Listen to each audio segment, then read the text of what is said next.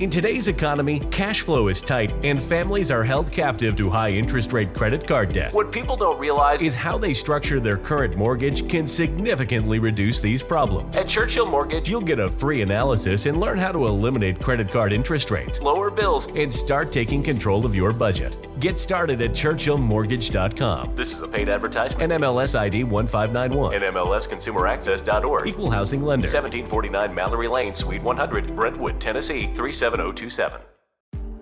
Waiting to buy a home? The Churchill Mortgage team says now is a great time to buy. Waiting could be a costly mistake because when rates drop, new home buyers will flood the market, driving up home prices. Go to ChurchillMortgage.com for your free analysis and see how home values can outpace rates to help you build wealth over time faster. This is a paid advertisement. NMLS ID 1591. NMLSConsumerAccess.org. Equal housing lender. 1749 Mallory Lane, Suite 100, Brentwood, Tennessee 37027.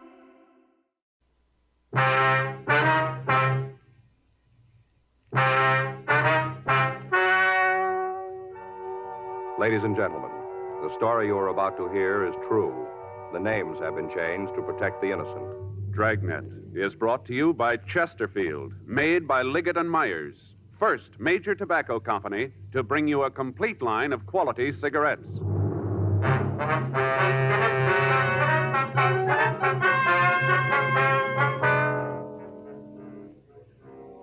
You're a detective sergeant. You're assigned to robbery detail. 2 masked gunmen have held up a bank in your city. The victims can't give you a lead to their identity. Your job, find them. Today, friends, you hear these 3 words everywhere. Chesterfield's for me. The Chesterfield you smoke today is the best cigarette ever made. Best for you, because Chesterfield gives you proof of highest quality, low nicotine. The taste you want, the mildness you want. Chesterfield is best for you because it's tested and approved by 30 years of scientific tobacco research. Chesterfield is best for you because it has an established good record with smokers, proven by test after test. Yes, friends, the Chesterfield you smoke today is the best cigarette ever made. For the taste you want, the mildness you want. Join the thousands now changing to Chesterfield. Always say, Chesterfield's for me.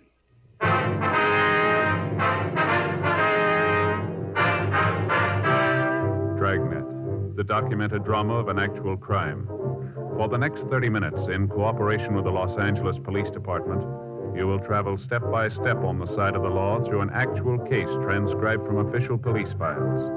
From beginning to end, from crime to punishment, Dragnet is the story of your police force in action.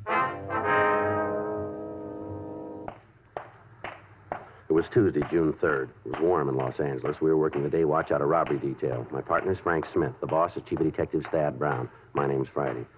I was on my way back from the street, and it was 8:47 a.m. when I got to the rear of the bank, the manager's office. I'm not a young woman anymore. I can't take this kind of excitement. Yes, ma'am. You checked with them? Yeah, they got the broadcast out right away. It's a long shot if it pays off. Yeah, not much of a description, huh? Well, I hope you're not saying that for my benefit, young man. I gave you all I could. It was hard to see their faces with those scarves on. Maybe you could have done better, but I couldn't. Well, we're not trying to say that you didn't do good, ma'am. We understand the handicap that you were under. I should hope so. Terrible thing. I'm not a young woman anymore. Yes, ma'am. Now, would you tell us just exactly what happened now, right from the beginning? You mean starting when I come in this morning? Yes, ma'am, that's right. 8 o'clock, just like always. That's when I got here. Uh-huh. Opened the door with my key and came right on in, little suspecting what was waiting for me. I tell you, I was pretty surprised when they popped out at me. You didn't see them at first, then, huh? Of course not. You think I would have come in if I'd have seen them? No, ma'am. Certainly not. Never would have come in. When did you first see the two, ma'am? I came in and locked the door behind me. Rules say you got to lock the door. I did, and then I went back to the clothes closet to hang up my coat and umbrella. I see. Go ahead. Kind of silly, I guess, carrying an umbrella on a day like this, but I always do. Never know. Yes, ma'am. People always kind of smirk at me for carrying one, but whenever it rains out of a clear sky, they don't smirk then. I'm always the center of a crowd, you just betcha. Yes, ma'am. Would you go ahead with what happened, please? Well, I hung up my umbrella and my coat, and then I came out the main part of the bank, right out where those two assassins were. And that's when you saw them, is that right? Oh, no, they were cagey. They waited until I was away from the alarm system. They were real sly. I see. Go ahead. I walked out the tables. You know where the deposit slips are out in the center? Yes, ma'am. Out there. Mm-hmm. I walked out straight and up. It really isn't my job, but I didn't have anything else to do, so I thought I'd maybe just check and see if any of the points needed new nibs. I like a neat place. You know, all the slips in the right place, blotters all clean and new. Neat. Yes, ma'am, I understand. When did you see the thieves? As I was straightening up the counter, that's when they stepped out in the open. Where were they, ma'am? Over in the escrow department, hiding behind the desks, I guess. That's the direction they came from. I see. Now, what'd they say to you? The big one, he looked at me with his steely eyes and told me to be quiet and nothing would happen. Said to be just quiet. I'm not young anymore, Sergeant.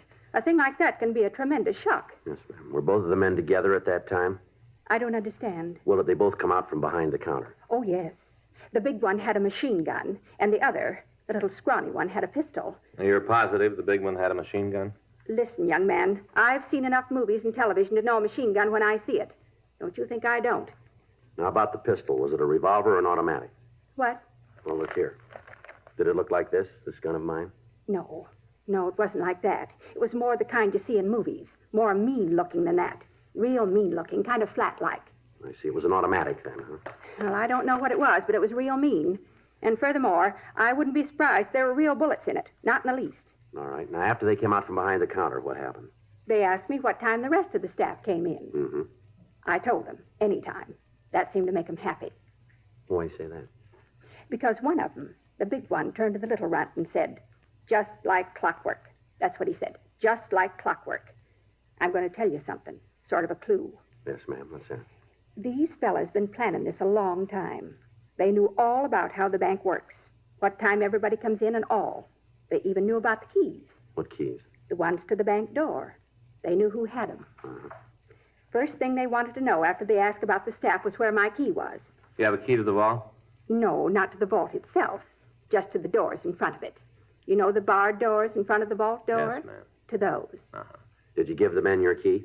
I didn't have much to say about it. I told you, I think they might have had real bullets in those guns, and I wasn't about to make sure. Yes, ma'am. After all, I pay my taxes. Catching those fellas is your job, not mine. If you want to cash a check, I can take care of you. But I'm not about to go out and apprehend no thieves. Yes, ma'am. What happened then? You mean after I gave them the key? That's right, yes. They made me get off to one side of the front doors and wait for the rest of the staff. As they'd come in, the hold-up men would make them get into the closet in the rear of the bank, where I hung my umbrella. Yes, ma'am. But they let you stay outside, did they? Oh, yes, they had me right up in front, with those guns pointed at me every second. Every second. I guess they wanted me to act as kind of a decoy. Ma'am? Well, when the other people who work in the bank came up to the door, they could look inside and see me standing there. That way, I guess they thought there wasn't anything wrong. Came right in, like lambs to the slaughter. Next thing they knew, there was a gun in their ribs, and they was locked up in the closet. Mm-hmm. What time did the manager come in? Poor Mr. Blanton. He's not well, you know. He's not well at all. Yes, ma'am. We saw him out front. Is he all right? He had an awful attack. Bad heart. Well, they've taken him to Georgia Street Receiving Hospital. Did they find his pills? What's that? His pills. Mr. Blanton had a special kind of pills he takes when he has an attack. Some kind of explosive. Always has them with him. Did the men find them? Well, I guess they did, or else they had the necessary medication with him. He's going to be all right. Just needs some rest. I'm glad of that. Sweet man. Mm-hmm. Widower. What happened when he came in? Mr. Blanton? Yes, ma'am. Well, he was just about pulled right in off the streets. He just got his key in the door, and they practically just yanked him right in. Right away, wanted his key to the vault door. You have to have both of them in order to open it. Both of them have to be turned at the same time. I see. They asked him for his key. At first, he didn't want to give it to him. Told him to get out of his bank and to stop the foolishness. Just like that, he told him. I thought they were going to shoot him, but they didn't. I think if it hadn't been for the big one, they would have. The scrawny one wanted to kill Mr. Blanton right in cold blood. Uh-huh. But the big one stopped him. Said to just get on with the job and get out of there. That's what he said, to get out of there. That's when Mr. Blanton passed out, cold, right on the floor. Attack. You want to go ahead? Well, I guess they just about had a fight between themselves over that. Oh, how do you mean? The big one really read the runt off. Told him he was stupid for making poor Mr. Blanton pass out. Said that now they'd have to wait for the combination of the safe. But I stopped that. How's that? I gave him the combination. You told him how to open the safe, did you? Certainly. With poor Mr. Blanton laying there on the floor, all I could think about was them getting out of there. That's all that was important. That's when they opened the safe, did they? Yeah. Went right over to Mr. Blanton and got his key out of his pocket and unlocked the door. By then, the lock had switched off, and they just opened up the vault and went in. Cleaned it right out. Just scooped up the money and put it in a black bag and left. First off, of course, they locked me up in the closet with the others, and then they left. Now, who turned in the alarm? I guess it was Mr. Blanton. He was laying on the floor where he'd fell. I guess he came to enough to get to the alarm system and turned it on. Must have been him. Wasn't anybody else who could have done it. Mm-hmm. During the time the men were in the bank, did you hear them use any names? I don't think I understand what you mean. Well, do they call each other by name at any time? Not that I heard. Is it important? Well, it'd help. I didn't hear him use any, but if worse comes to worse, I can do something about it. Yes, ma'am? I've got a couple for him.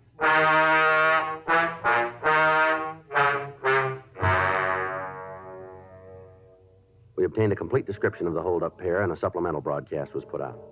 The crime lab crew came out to the scene and went over the premises for physical evidence. From their investigation, we found that the bandits had made their entrance through a rear window.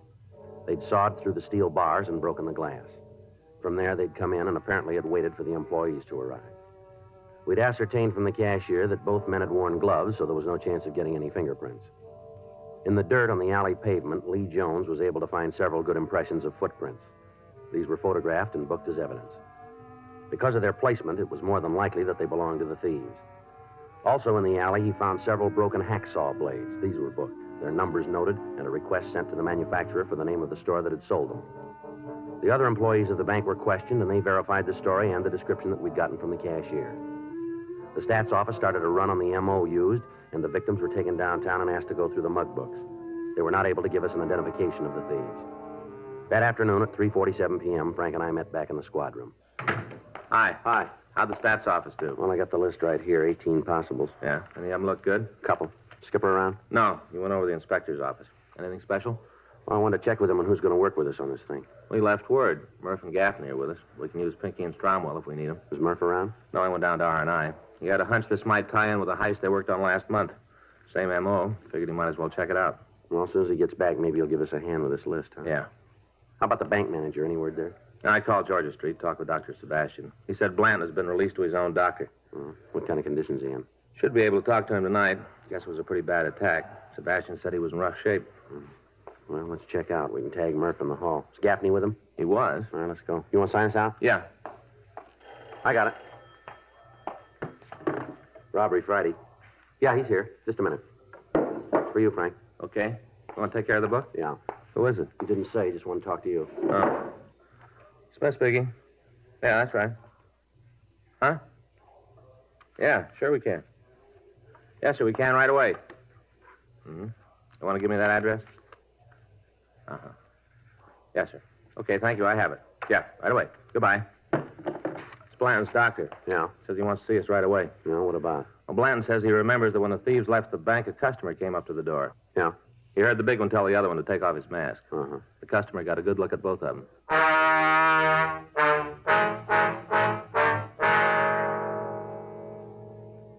We left the office immediately and drove over to the bank manager's home. We talked with his doctor, and we obtained permission to ask a few questions. Blanton told us that as the two thieves had left the bank, a woman passerby had noticed the bank manager's keys still in the front door lock. She'd stopped and knocked at the door to notify someone in the bank about the keys. As she did, the two hold-up men had taken off their masks and passed directly in front of her. We asked Blanton if he knew the woman, but he said that he'd never seen her before. We asked if it was possible that she might be a customer of his bank. He said it was possible that he'd just never seen her before. He gave us her description, and we started to check with the bank employees in the hopes that one of them could identify her. None of them could. We got out a supplemental bulletin asking that the woman be picked up. In the meantime, officers Murphy and Rafferty had checked out the list of possibles that the stats office had come up with. All of the names on the list either had alibis or could establish that they were not near the bank when it was robbed. We checked all FI cards filed in the area without result. Frank and I checked out of the office at 12:18 a.m. and went home to get some sleep. The next day, Wednesday, June 3rd, Frank was waiting for me when I got to work. Don't sit down. We got a call to make. Yeah? Marie Logan called. You remember the rental car agent out in the valley? Oh, yeah. She gave us a hand on the identity of that young fellow that knocked over the liquor store out at Tilden and Ethel, wasn't it? That's the one. Well, what she got? Might be nothing, but we ought to check it out. Uh-huh. Says there's a woman who hangs around the local bars mooching drinks. Never got a dime. Yeah? She came in to see Marie yesterday afternoon. Wanted to rent a car to drive to New York.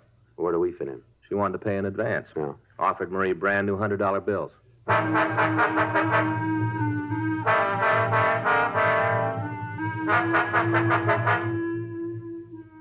From the statement we'd gotten from the bank, we knew that in the $34,000 the thieves had taken, there were several $1,000s in $100 bills. Frank and I signed out of the office and drove out to the San Fernando Valley. At the corner of Valley Hart Boulevard and Dickens, we found Marie Logan's rental agency. There was a line of late model cars in front of the lot, and at the rear, we found a small wooden building. Frank knocked at the door, and we waited. Yeah. Oh, hi, it's you. Hello, Miss Logan. Miss Logan? Hi, Sergeant, Mr. Smith. Come on in. Thank you. Thanks very much. I sure hope I haven't brought you guys out here in a wild goose chase. Hope it works out. All right, you want to fill us in? This woman, name's Betty Gallick, hangs around the bars in the neighborhood, spends her time cadging drinks. Real bum. Mm-hmm. Why do you figure we might be interested? A couple of times she's come in to rent a car just to use around town. First few times I was stuck. How do you mean? Checks. She'd pay the deposit with a check. Then when she brought the car back, she'd pay the bill by check. I see. Check would bounce.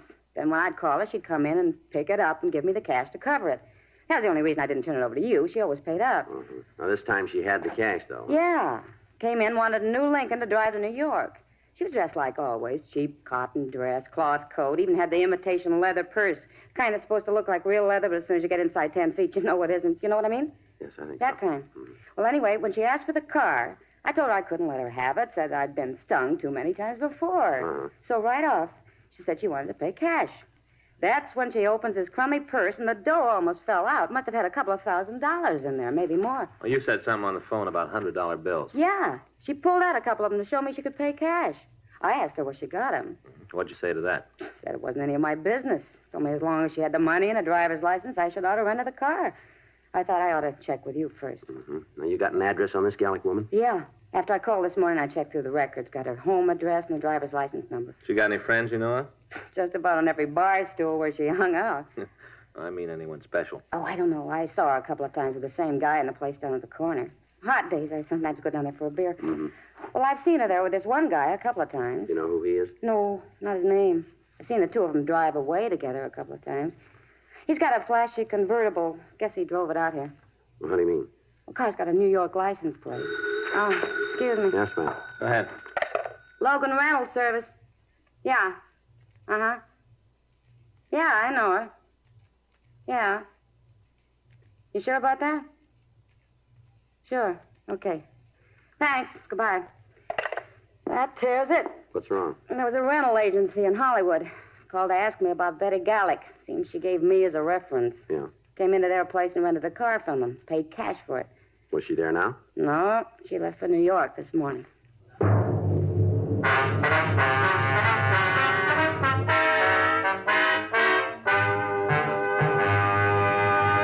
You are listening to Dragnet, the authentic story of your police force in action. One of the biggest comedy hits of the year. That's how the movie critics are describing Bob Hope's latest Paramount picture, Casanova's Big Night. Like so many other millions of smokers, Bob and Audrey Dalton, who appears with him in the picture, say Chesterfields for me. First, Audrey Dalton. I changed to Chesterfield king size because I think it's better than any other king size cigarette.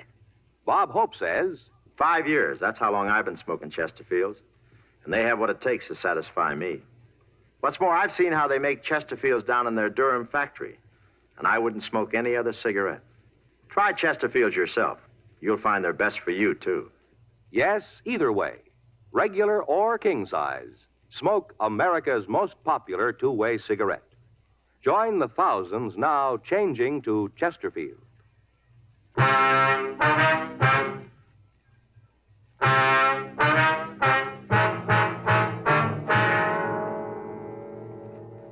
We contacted the rental agency that had leased the car to Betty Gallick. From them, we got a description of the car and the license number. We put out a local and an all-points bulletin on the vehicle. We got in touch with the New York authorities and asked them to be on the lookout for the car. We got the Gallick woman's address from the rental agency, and we checked out her house. We found nothing to give us any indication as to where she might have gone, but we did find a silk scarf similar to the one described by the victims as having been worn by the hold-up men. We checked with the neighbors, but none of them could tell us where Betty Gallick had gone. 2 days went by while we followed down every lead that turned up. The information from the crime lab was checked out, but it led us nowhere. The serial numbers on the hacksaw blades had come back, but when we talked to the store owner, he was unable to tell us who had bought them. Saturday at 12 noon, a meeting was held in the offices of Thad Brown. Members of the Federal Bureau of Investigation were there. They had agents working on the case, but they hadn't been able to come up with any more information than we'd gotten. 2:14 p.m. Frank and I got back to the office. The chief was your man. Well, do you blame him? We haven't got very much. Well, seems like every time we do get a lead worth anything, it goes to nothing. Yeah, well, it's got to end someplace. I got it. Robbery Friday. Yeah, We did? No, when? Yeah, right. No, I'll be right down to pick it up. Yeah, thanks. Bye. No, it's communications. They just got a wire from Chicago. Yeah? They picked up the Gallic woman.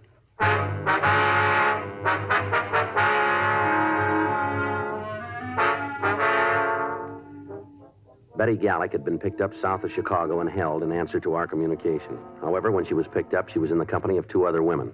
They were identified as her sisters. We made arrangements to talk to her by long-distance telephone. As soon as we started to ask her questions regarding the bank robbery, she admitted being the driver of the getaway car. She told us that the theft had been planned by a man she knew only as Dean. She was unable to tell us any more about him. She went on to say that she'd met him in a bar in the valley along with the other 2 men. She identified these 2 men as Richard and Matt. She was unable to give us their last names or tell us any more about them. She did say, however, that Matt was from New York and that as far as she knew, he was there at the time. She went on to say that he was not with the trio when the bank was held up. We questioned her further, but she was unable to give us any additional information on the 3 men. She did, however, tell us that they had stayed at a motel located on Sepulveda Boulevard. She gave us the name and the approximate location. She was detained pending extradition in Chicago. Saturday evening, Frank and I drove out to the motel that the Gallic woman had mentioned. We rang the bell and waited. Yeah?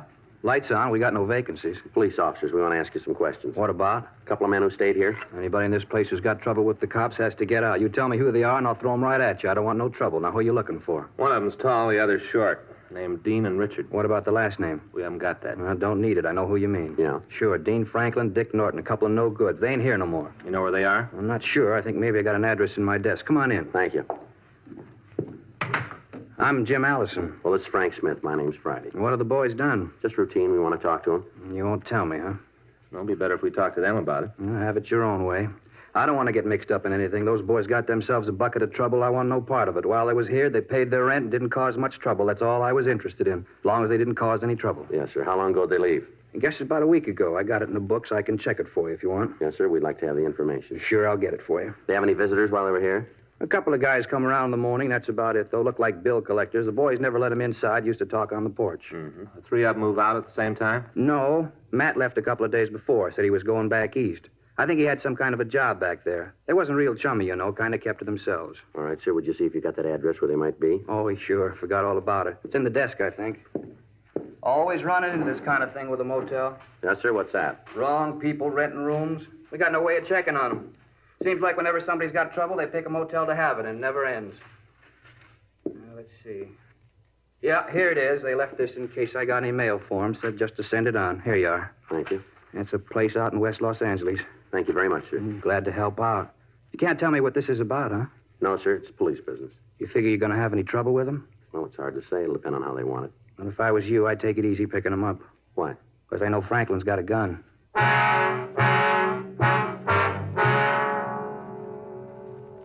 We obtained the license number and a description of the car that the suspects had driven. It was a late model convertible with New York license plates. Before we left the motel, we called R&I and checked the names Dean Franklin and Richard Norton. We found that both of them had long felony records. We talked to Captain Donahoe and had 2 more teams of men sent out from the office to meet us at the address that we'd gotten from the motel manager.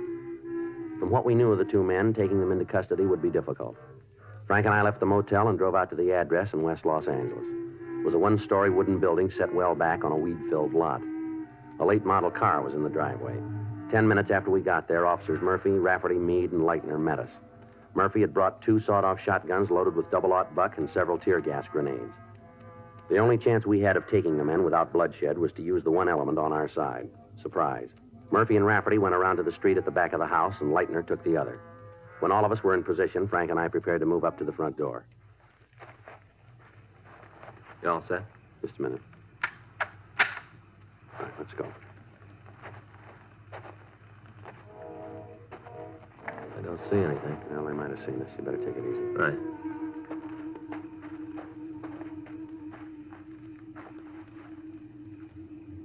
All right, let's make it for the porch. Yeah. Come on.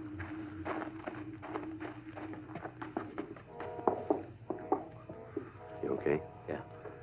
All right, now I'll take the door. When we get inside, you go to the left, I'll handle the right side. Right. You all set? Yeah. Now.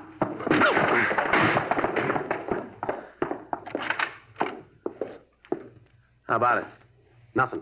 Place is empty.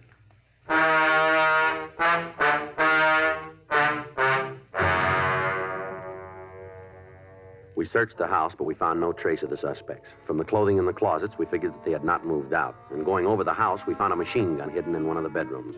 The cartridge clip was loaded, and the gun was ready for use. We pulled the clip, called the office, and told them where we were, and then we settled down to wait for the suspects to return. Murphy and Rafferty covered the rear approaches to the house. Meade and Leitner were in cars parked down the street, and Frank and I waited in the front room. At 10:46 p.m., the phone in the house rang 3 times, and then it stopped. We waited for Franklin and Norton to come back. 11 p.m., 11:30. Still no sign of them. Started to get cold in the house. Midnight.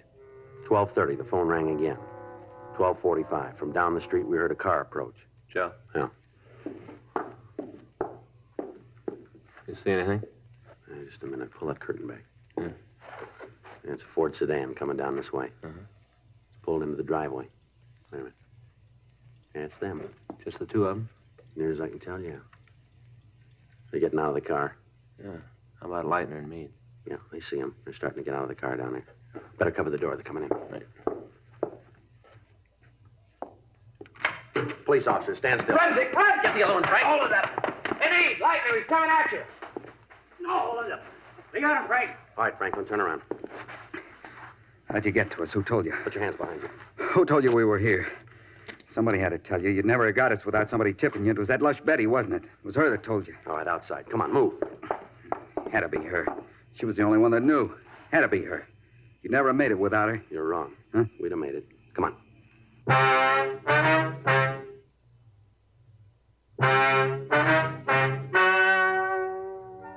The story you have just heard is true. The names were changed to protect the innocent. On November 14th, trial was held in Department 92, Superior Court of the State of California, in and for the County of Los Angeles. In a moment, the results of that trial. Now, here is our star, Jack Webb. Thank you, George Fenneman. Thousands of smokers all across the country are now changing to Chesterfield. We'd like you to give them a try, too. I know you'll like them because the Chesterfield you smoke today is the best cigarette ever made. For the taste you want and the mildness you want, smoke America's most popular two-way cigarette. Regular or king size, Chesterfield.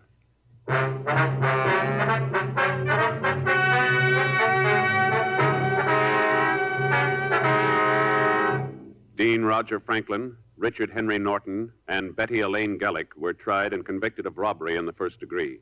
Robbery in the first degree is punishable by imprisonment in the state penitentiary for a period of from 5 years to life.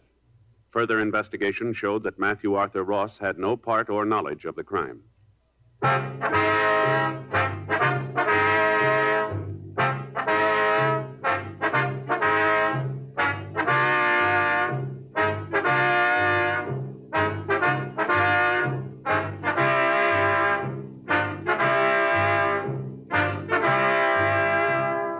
You have just heard Dragnet, a series of authentic cases from official files. Technical advice comes from the Office of Chief of Police W.H. Parker, Los Angeles Police Department. Technical advisors, Captain Jack Donahoe, Sergeant Marty Wynn, Sergeant Vance Brasher. Heard tonight were Ben Alexander, Helen Klebe, Georgia Ellis, Vic Perrin.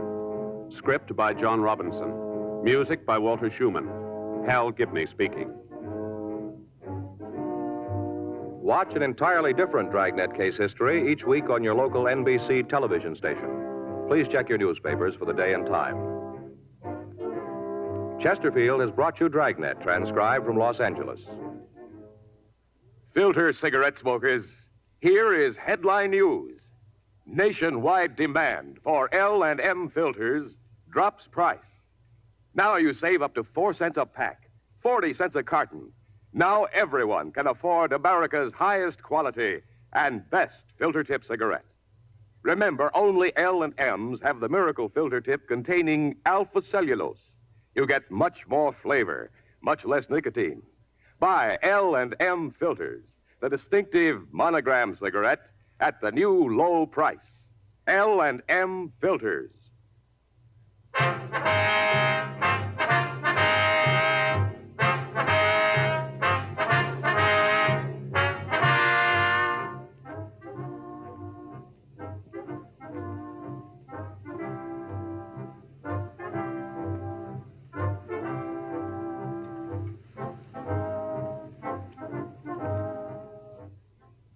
Hear Dane Clark in Crime and Peter Chambers following John Cameron Swayze and the news on the NBC Radio Network.